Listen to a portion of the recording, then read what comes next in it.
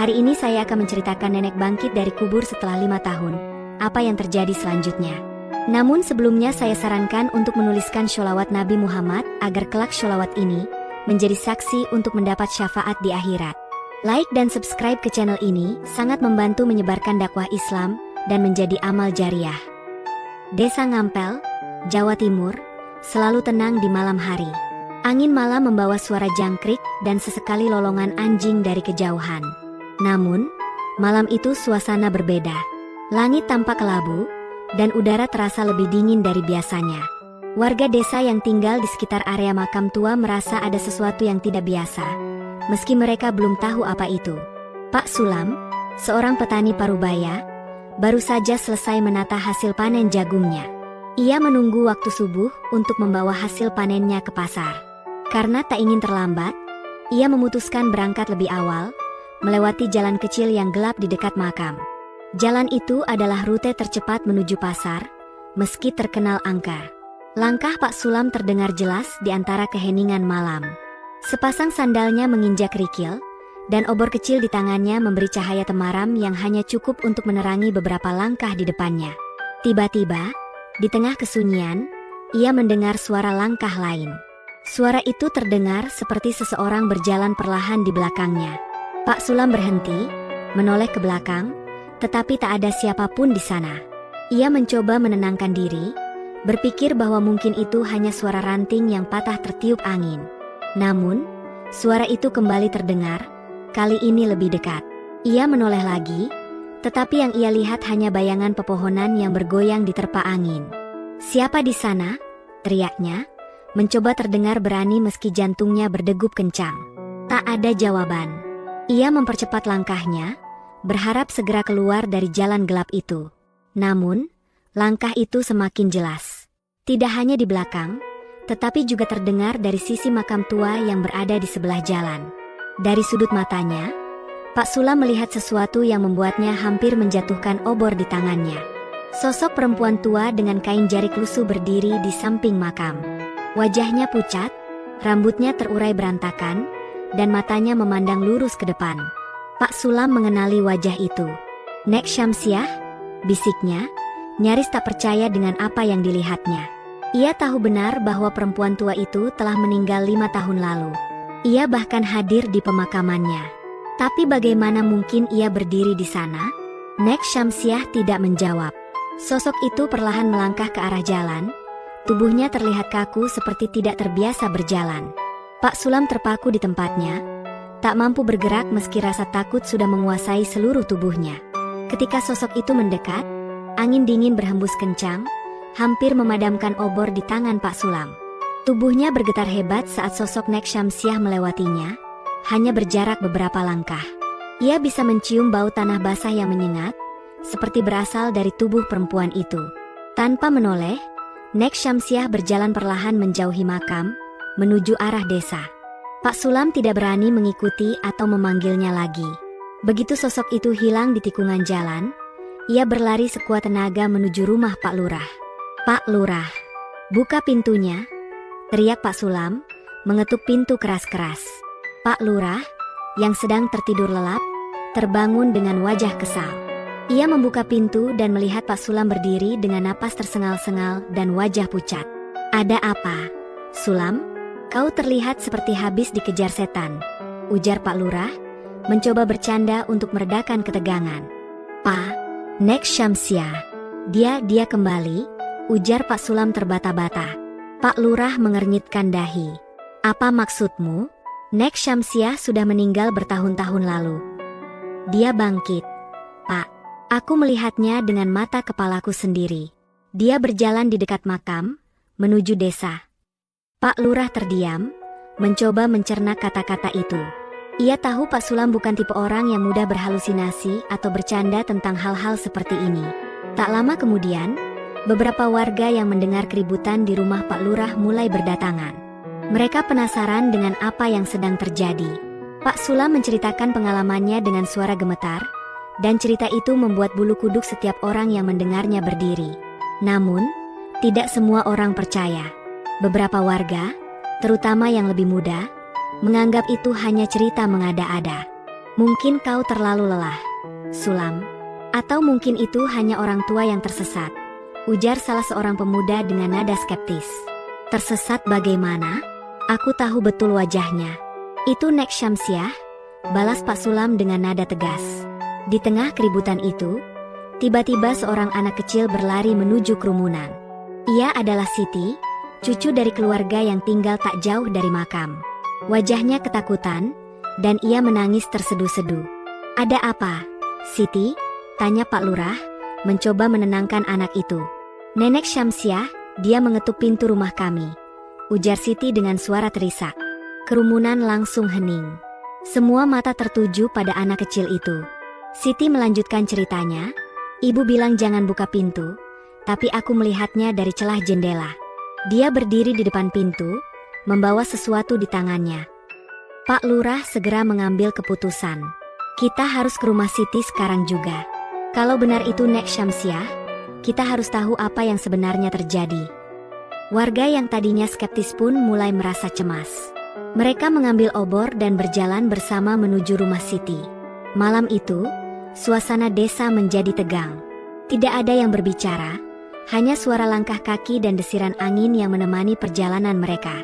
Setibanya di rumah Siti, mereka melihat pintu depan tertutup rapat, tetapi ada bekas jejak kaki yang basah di depan pintu. Jejak itu terlihat aneh, seperti baru saja keluar dari tanah basah. Pak Lurah mengetuk pintu dan memanggil pemilik rumah.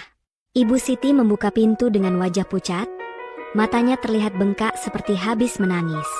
Dia tadi di sini, Pak, berdiri tepat di depan pintu ini, ujarnya dengan suara bergetar. Pak Lurah mencoba menenangkan Ibu Siti, lalu meminta warga untuk memeriksa sekitar rumah. Mereka menyisir setiap sudut halaman, tetapi tidak menemukan apapun. Namun, ketika mereka hendak menyerah, seorang warga tiba-tiba berteriak dari arah pagar. Di sini, ada sesuatu. Semua orang berlari menuju pagar dan melihat sebuah benda yang tertinggal di sana. Itu adalah kantong kain lusuh, yang tampaknya sudah sangat tua. Ketika Pak Lurah membukanya, mereka menemukan pecahan uang logam dan kertas di dalamnya. Jumlahnya cukup banyak, meski terlihat berantakan. Apa artinya ini? Tanya salah seorang warga dengan nada bingung. Pak Lurah terdiam, memandangi kantong itu dengan ekspresi serius.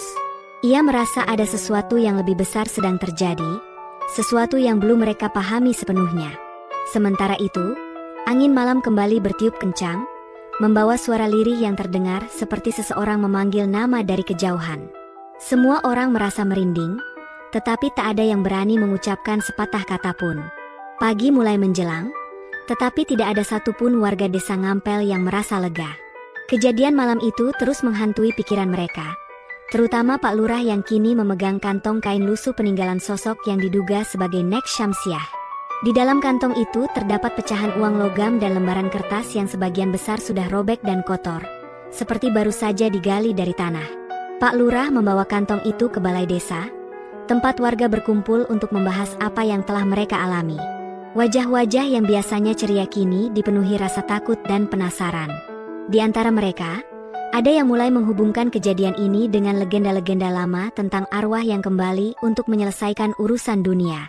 Kita harus mencari tahu alasan kenapa Nek Syamsiah kembali, ujar Pak Lurah dengan nada tegas. Mungkin ada pesan yang ingin dia sampaikan. Warga mulai mengajukan berbagai teori. Ada yang mengatakan bahwa Nek Syamsiah mungkin merasa tidak tenang karena ada sesuatu yang belum ia selesaikan semasa hidupnya. Ada pula yang menduga bahwa ini adalah hukuman dari Allah untuk dosa yang pernah ia perbuat. Namun, tidak ada yang benar-benar tahu pasti. Di tengah keramaian, Mbah Joyo, seorang pria tua yang dikenal bijaksana, maju ke depan. Aku rasa aku tahu apa yang terjadi, ujarnya dengan suara pelan tetapi tegas. Semua orang langsung terdiam, memandang ke arah Mbah Joyo. Pria itu melanjutkan, sebelum Nek Syamsiah meninggal, dia pernah meminjam uang dariku. 5 juta rupiah. Dia bilang uang itu untuk membantu cucunya yang sakit keras. Tapi hingga ia meninggal, hutang itu belum terbayar. Suasana langsung hening. Beberapa warga saling bertukar pandang, seolah menemukan potongan puzzle yang selama ini hilang. Apakah mungkin dia kembali untuk melunasi hutang itu? Tanya Pak Lurah. Bisa jadi, jawab Mbah Joyo. Tapi anehnya, kenapa dia harus kembali dari kubur? Bukankah hutang itu bisa dianggap lunas dengan keikhlasan? Pak Lurah mengangguk, tetapi wajahnya tetap serius. Mungkin ada sesuatu yang lebih besar dari sekadar uang. Kita harus menyelidiki ini lebih dalam. Tapi pertama-tama, kita perlu memastikan apakah makam Nek Syamsiah benar-benar terganggu. Keputusan diambil. Sekelompok warga bersama Pak Lurah dan Mbah Joyo menuju makam Nek Syamsiah untuk memeriksa kondisi kuburnya. Mereka berjalan dengan hati-hati, meski siang hari, suasana tetap terasa mencekam. Sesampainya di sana, mereka menemukan sesuatu yang membuat mereka semua terkejut.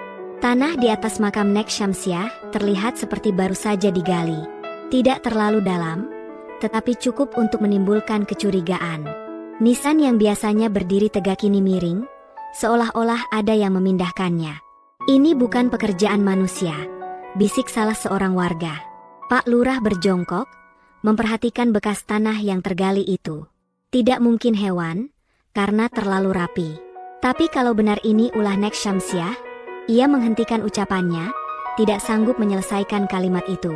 Di sekitar makam, mereka menemukan jejak kaki yang sama seperti di depan rumah keluarga Siti tadi malam. Jejak itu mengarah ke jalan setapak kecil yang menuju desa. Warga saling bertukar pandang, ketakutan mulai merambat ke dalam hati mereka. Kita ikuti jejak ini, ujar Pak Lurah dengan suara tegas. Namun, langkah mereka terhenti ketika seorang warga berteriak dari ujung makam. Pak Lurah, lihat ini. Semua orang berlari menuju tempat asal suara itu. Di sana, di bawah bayangan pohon besar, mereka menemukan secari kertas tua yang terlihat seperti surat. Tulisan di kertas itu hampir pudar, tetapi masih bisa dibaca. Pak Lurah mengambil kertas itu dengan hati-hati dan membacanya keras-keras. Isi surat itu membuat semua orang terdiam. Kepada Mbah Joyo, aku mohon maaf karena belum bisa melunasi hutangku. Aku berjanji akan menyelesaikannya, meski aku harus kembali dari kuburku. Doakan aku, semoga Allah memberi jalan. Hormatku, Syamsiah. Suasana menjadi semakin tegang. Tidak ada yang berani berbicara. Mbah Joyo hanya bisa menunduk. Air matanya perlahan mengalir. Ini tidak masuk akal, bisik salah seorang warga. Bagaimana mungkin surat ini ada di sini setelah bertahun-tahun? Pak Lurah menghela napas panjang. Kita harus mencari tahu apa yang sebenarnya terjadi. Dan kita harus membantu arwah Nek Syamsiah agar tenang. Mereka memutuskan untuk menggelar doa bersama di makam Nek Syamsiah malam itu. Namun, sebelum mereka meninggalkan makam, salah seorang warga melihat sesuatu yang aneh. Di kejauhan, di balik pepohonan, terlihat sosok perempuan tua berdiri diam, memandang ke arah mereka. Nek Syamsiah, teriak warga itu. Semua orang menoleh, tetapi sosok itu segera menghilang, seolah ditelan bayangan. Pak Lurah menoleh ke arah Mbah Joyo. Kita harus menyelesaikan ini malam ini juga. Mbah Joyo mengangguk pelan. Aku akan membawa uang 5 juta itu. Jika ini soal hutang, maka biarlah aku yang menyelesaikannya.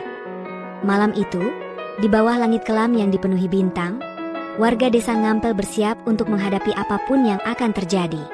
Malam yang kelam menyelimuti desa Ngampel. Udara terasa lebih dingin dari biasanya, seperti membawa pesan bahwa sesuatu yang besar akan terjadi. Warga desa mulai berkumpul di makam Nek Syamsiah, membawa lampu minyak dan lilin untuk menerangi area yang gelap gulita. Mereka datang dengan hati yang berdebar, berharap ritual doa malam itu bisa mengungkap misteri yang meliputi kejadian aneh ini. Pak Lurah berdiri di tengah kerumunan, berusaha mengatur warga yang terlihat gelisah. Kita di sini untuk berdoa.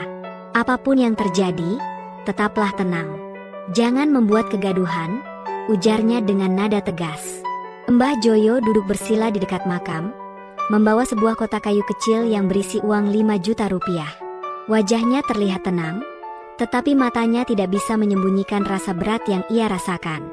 Pak Lurah, bisik seorang warga, kalau Nek Syamsiah benar-benar muncul, apa yang akan kita lakukan? Pak Lurah menghela napas panjang. Kita harus siap menghadapi kenyataan. Jika ini memang cara Allah memberi kita peringatan, kita harus ikhlas menerimanya. Doa dimulai. Seorang ustaz desa memimpin bacaan ayat-ayat suci. Suaranya bergetar lembut di tengah malam yang hening. Warga mengikuti dengan khusyuk, meskipun beberapa dari mereka tidak bisa menghilangkan rasa takut yang menguasai hati. Namun, saat bacaan doa semakin dalam, angin tiba-tiba berembus kencang, membuat lampu minyak dan lilin bergoyang liar. Beberapa bahkan padam, meninggalkan sebagian area dalam kegelapan. Astagfirullah, bisik seorang ibu.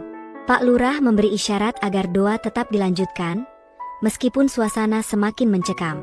Angin itu terasa aneh, seperti membawa bisikan yang tidak bisa dipahami. Di tengah-tengah bacaan doa, terdengar suara langkah pelan dari arah pepohonan. Suara itu semakin lama semakin mendekat, membuat beberapa warga berhenti membaca doa dan memandang ke arah asal suara.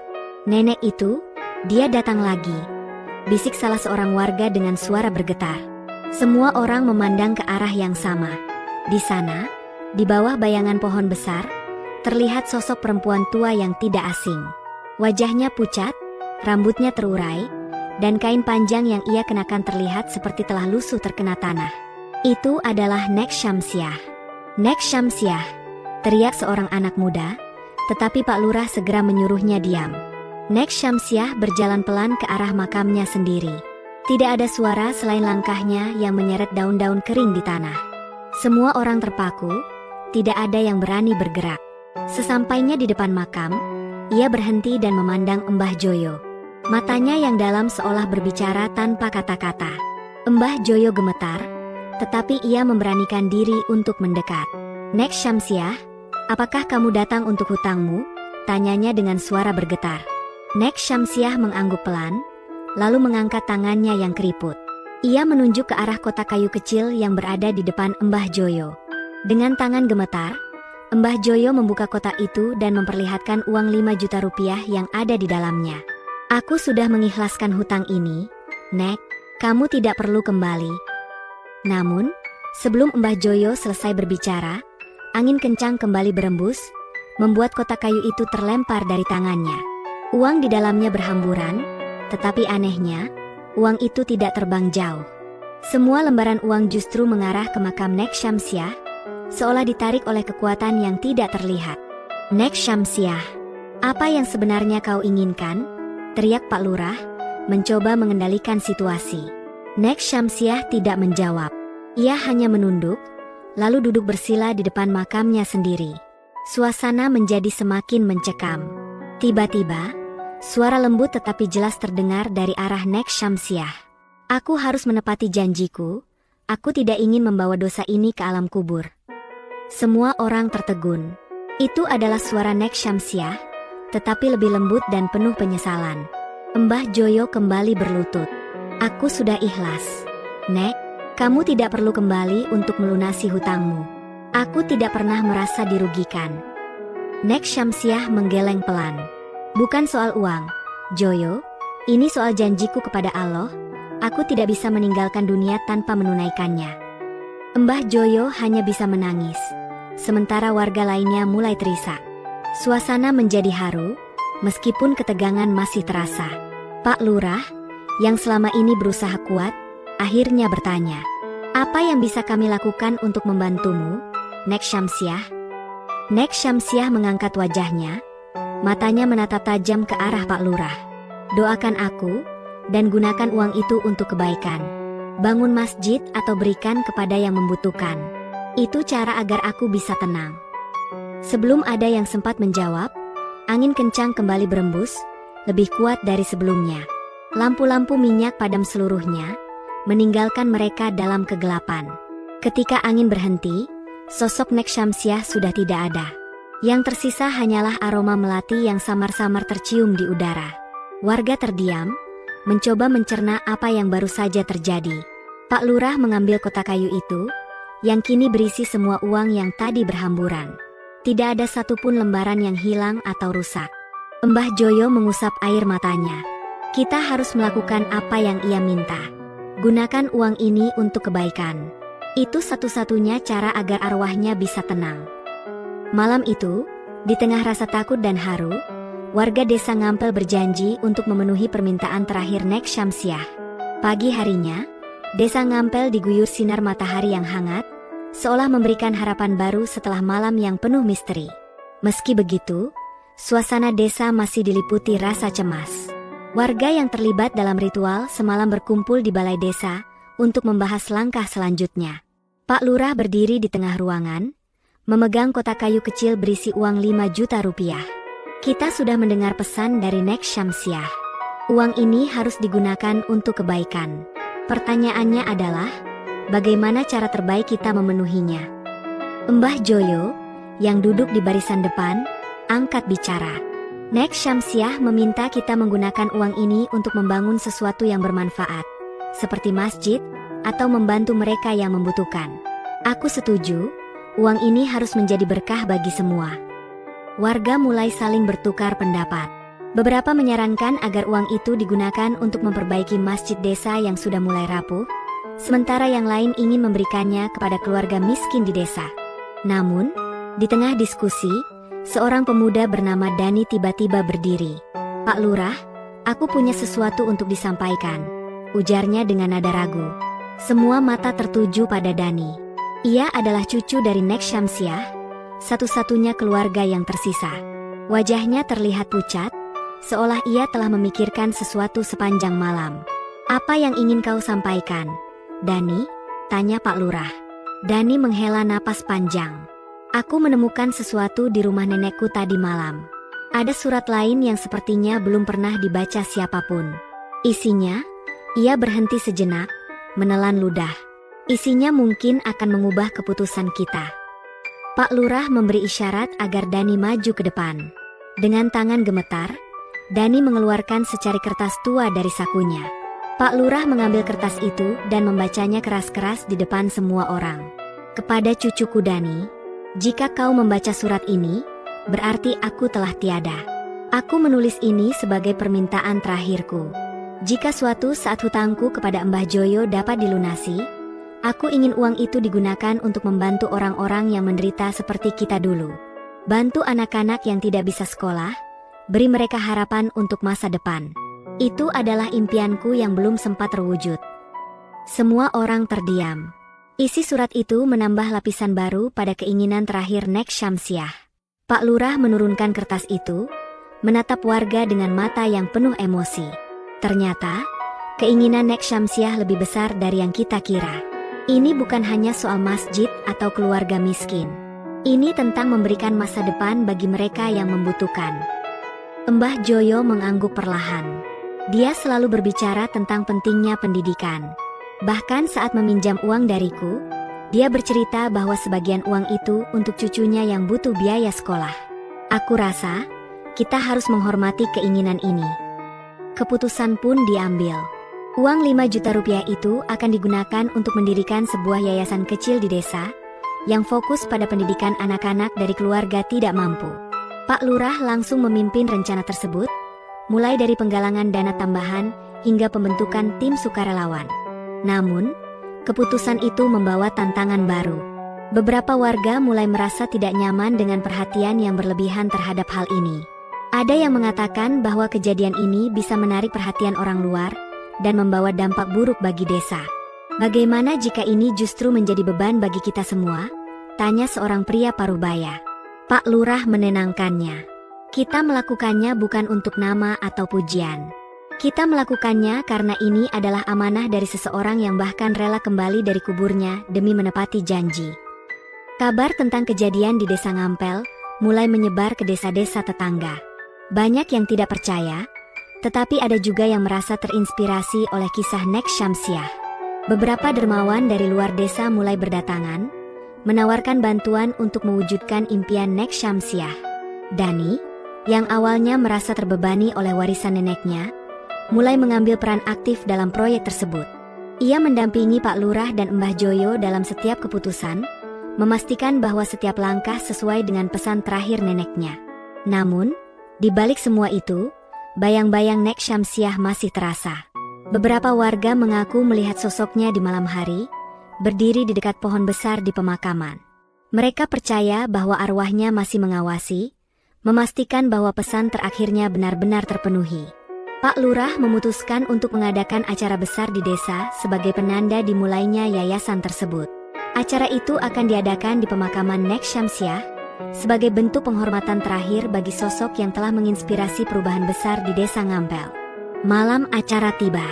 Warga berkumpul di sekitar makam Nek Syamsiah, membawa lilin dan bunga sebagai simbol penghormatan. Doa bersama kembali dipanjatkan, kali ini dengan perasaan yang lebih damai. Ketika doa selesai, angin lembut berembus, membawa aroma melati yang khas. Beberapa warga mengaku mendengar bisikan lembut, seperti ucapan terima kasih yang datang dari arah makam. Dani, yang berdiri paling dekat dengan makam, merasa seolah ada tangan lembut yang menyentuh bahunya. Ia menoleh, tetapi tidak ada siapa-siapa. Namun, ia tahu bahwa neneknya telah menemukan kedamaian. Hari-hari setelah acara penghormatan untuk Nek Syamsiah terasa berbeda di desa Ngampel. Ada semangat baru yang menyelimuti warga, meskipun kehadiran Nek Syamsiah di malam-malam sebelumnya masih menjadi perbincangan. Yayasan yang dibangun atas nama Nek Syamsiah mulai berjalan. Dani, bersama Pak Lurah dan Mbah Joyo, berhasil mengumpulkan lebih banyak dana dari para dermawan yang mendengar kisah luar biasa ini. Mereka mendirikan sebuah bangunan sederhana di tengah desa, yang akan dijadikan tempat belajar bagi anak-anak yang membutuhkan. Namun, tidak semua warga merasa nyaman. Beberapa orang mulai merasa terganggu dengan perhatian dari luar desa. Ada yang mengatakan bahwa hal ini membawa aib, sementara yang lain khawatir desa mereka tidak lagi tenang. Pak Lurah, apakah ini tidak terlalu berlebihan? Kenapa kita harus terus membicarakan Nek Syamsiah? Bukankah lebih baik kita fokus pada kehidupan kita sendiri? Tanya seorang warga dalam sebuah rapat desa. Pak Lurah menatap pria itu dengan tenang. Ini bukan soal Nek Syamsiah semata. Ini soal pesan yang ia tinggalkan. Apa kita ingin dikenal sebagai desa yang mengabaikan amanah seseorang yang telah pergi demi kebaikan bersama? Jawaban itu membuat ruangan hening. Tidak ada yang bisa membantah pentingnya pesan tersebut. Di tengah diskusi yang memanas, Dani tiba-tiba menerima pesan dari seseorang yang mengaku sebagai santri dari pesantren di kota sebelah. Orang itu ingin bertemu untuk membicarakan sesuatu yang berhubungan dengan Nek Syamsiah. Dani ragu, tetapi akhirnya setuju. Esok harinya, Dani bertemu dengan pria itu di balai desa. Pria tersebut memperkenalkan dirinya sebagai Ustaz Arif, salah satu santri yang pernah berinteraksi dengan Nek Syamsiah beberapa tahun sebelum ia meninggal. Ada sesuatu yang perlu kau ketahui tentang nenekmu, kata Ustaz Arif. Dani terkejut. Apa maksud Anda, Ustaz? Apa ada yang belum saya ketahui? Ustaz Arif mengangguk. Nek Syamsiah pernah datang ke pesantren kami untuk meminta bantuan. Ia ingin mempelajari lebih dalam tentang keikhlasan dan tanggung jawab. Ia bercerita tentang hutangnya kepada Mbah Joyo, dan bagaimana ia merasa bahwa hutang itu adalah ujian dari Allah. Dani terdiam. Ia tidak pernah mendengar cerita ini sebelumnya. Dia juga meninggalkan pesan kepada kami, jika suatu saat keluarganya membutuhkan bantuan, kami harus siap membantu. Pesan itu disampaikan dengan air mata, seperti ia tahu bahwa waktunya di dunia tidak akan lama lagi, lanjut Ustaz Arif. Kata-kata itu membuat Dani semakin terharu. Ia merasa bahwa beban yang selama ini ia rasakan ternyata telah disiapkan oleh neneknya jauh sebelum ia meninggal. Ustaz, apa menurut Anda nenek saya sudah menemukan kedamaian? Tanyanya. Ustaz Arif tersenyum. Hanya Allah yang tahu. Tetapi dari apa yang saya lihat dan dengar, Nek Syamsiah telah melakukan segalanya untuk menepati janjinya. Amanahnya kini ada di tanganmu dan warga desa ini. Pertemuan itu memberikan Dani semangat baru. Ia kembali ke desa dengan tekad untuk memastikan bahwa amanah neneknya benar-benar terlaksana. Namun, malam itu, sesuatu yang aneh terjadi. Saat Dani sedang merapikan dokumen yayasan di rumahnya, ia mendengar suara ketukan pelan di pintu. Suara itu terdengar sekali, lalu berhenti. Dani berdiri dengan hati yang berdebar. Ia membuka pintu, tetapi tidak ada siapa-siapa. Hanya ada angin malam yang dingin menyelinap masuk. Saat ia menutup pintu, matanya tertuju pada sebuah surat kecil yang tergeletak di ambang pintu. Surat itu tidak ada sebelumnya. Dengan tangan gemetar, Dani mengambilnya dan membuka lipatannya. Terima kasih, cucuku. Kau telah menjaga amanahku. Lanjutkan perjuangan ini, dan jangan pernah menyerah. Aku akan selalu mendoakanmu. Tulisan itu jelas milik Nek Syamsiah. Dani mengenali tulisan neneknya yang khas, meskipun tinta di surat itu terlihat sedikit pudar. Air mata Dani mengalir tanpa henti. Ia merasa bahwa itu adalah pesan terakhir dari neneknya, sebuah pesan yang mengakhiri perjalanan panjang penuh misteri ini. Esok harinya, Dani menceritakan kejadian itu kepada Pak Lurah dan Mbah Joyo. Mereka percaya bahwa Nek Syamsiah kini benar-benar telah menemukan kedamaian. Warga desa, yang sebelumnya skeptis, mulai menerima bahwa semua yang terjadi adalah tanda-tanda dari Allah. Yayasan Nek Syamsiah akhirnya diresmikan dengan nama Cahaya Amanah. Hari peresmian dihadiri oleh seluruh warga desa, serta beberapa tamu dari luar. Doa bersama dipanjatkan, dan suasana yang tadinya penuh ketegangan berubah menjadi penuh harapan. Dani, yang kini merasa lebih dekat dengan neneknya meskipun ia telah tiada, berdiri di depan warga dengan penuh keyakinan. Yayasan ini bukan hanya untuk mengenang nenek saya, tetapi untuk melanjutkan pesan hidupnya. Mari kita jadikan ini awal dari kebaikan yang lebih besar.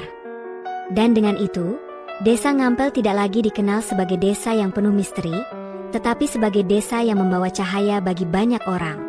Cerita ini mengajarkan kepada kita tentang pentingnya menepati janji dan menjalankan amanah, bahkan ketika itu terasa sulit. Dalam kehidupan, setiap tanggung jawab yang kita emban adalah bentuk ujian dari Allah. Ayat Al-Quran yang relevan dengan kisah ini adalah, sesungguhnya Allah menyuruh kamu menyampaikan amanat kepada yang berhak menerimanya, dan apabila kamu menetapkan hukum di antara manusia supaya kamu menetapkannya dengan adil. Sesungguhnya Allah memberi pengajaran yang sebaik-baiknya kepadamu. Sesungguhnya Allah adalah Maha mendengar lagi Maha melihat. Quran Surat An-Nisa 58. Cerita ini sepenuhnya fiktif dan disusun untuk menghadirkan kisah yang seolah nyata, agar pesan moralnya dapat diambil sebagai pelajaran dalam kehidupan sehari-hari. Terima kasih telah menyimak cerita ini hingga akhir. Jika Anda menyukai cerita ini, jangan lupa untuk meninggalkan komentar, like video ini, dan subscribe untuk mendapatkan lebih banyak cerita inspiratif lainnya. Dukungan Anda sangat berarti bagi kami. Sampai jumpa di cerita berikutnya.